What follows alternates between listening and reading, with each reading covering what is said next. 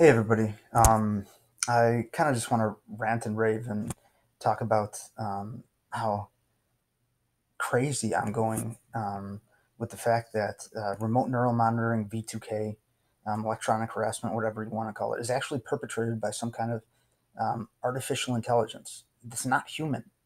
Um, it's got to be extraterrestrial.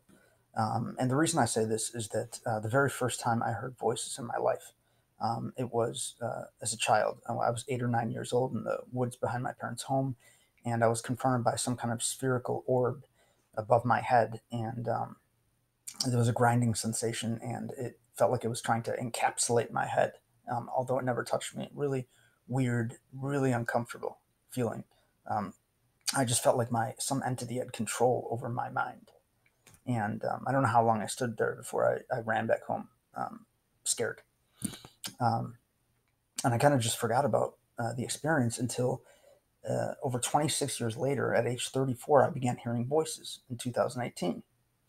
And these voices initially claimed to be government agents, um, gangstalkers using alleged remote neural monitoring technology against me.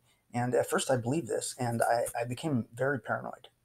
And I bought into a lot of the conspiracy theory stuff online. Um, and I ended up actually going to a psych ward, and I went on an antipsychotic medication, and that actually helped clear up the paranoia and let me think a little bit more rationally. And I was able to do some more research on the topic. I was still hearing the voices, but I did some more research on the topic, enough to conclude that no such technology exists. We're centuries away from mind control technology, some implantless technology that can control the human brain, instantaneously, read the human brain and stimulate the auditory cortex to provide answers. Um, the voices that we hear in our heads. So when I figured out that it can't be human, it made a lot more sense, anyways, because this is an ancient phenomenon. This is not a new experience. Hearing evil voices and being paranoid and thinking people are after you. This is an ancient phenomenon. It's been going on forever. The ancients used to call it demonic obsession or demonic possession, and then about a century ago, modern psychiatry began to label it as auditory hallucinations. Some aspect of paranoid personality disorder or psychotic disorder, like bipolar or schizophrenia. But it doesn't matter what you call it. You can call it demonic obsession, demonic possession, entity attachment, um, schizophrenia, bipolar, or targeted individual. It's all the same phenomenon. It's just one and the same. It's just this artificial intelligence behind this is operating running a false flag operation. It's one of the world's oldest and most successful false flag operations. For those of you who aren't familiar with the term, it just means that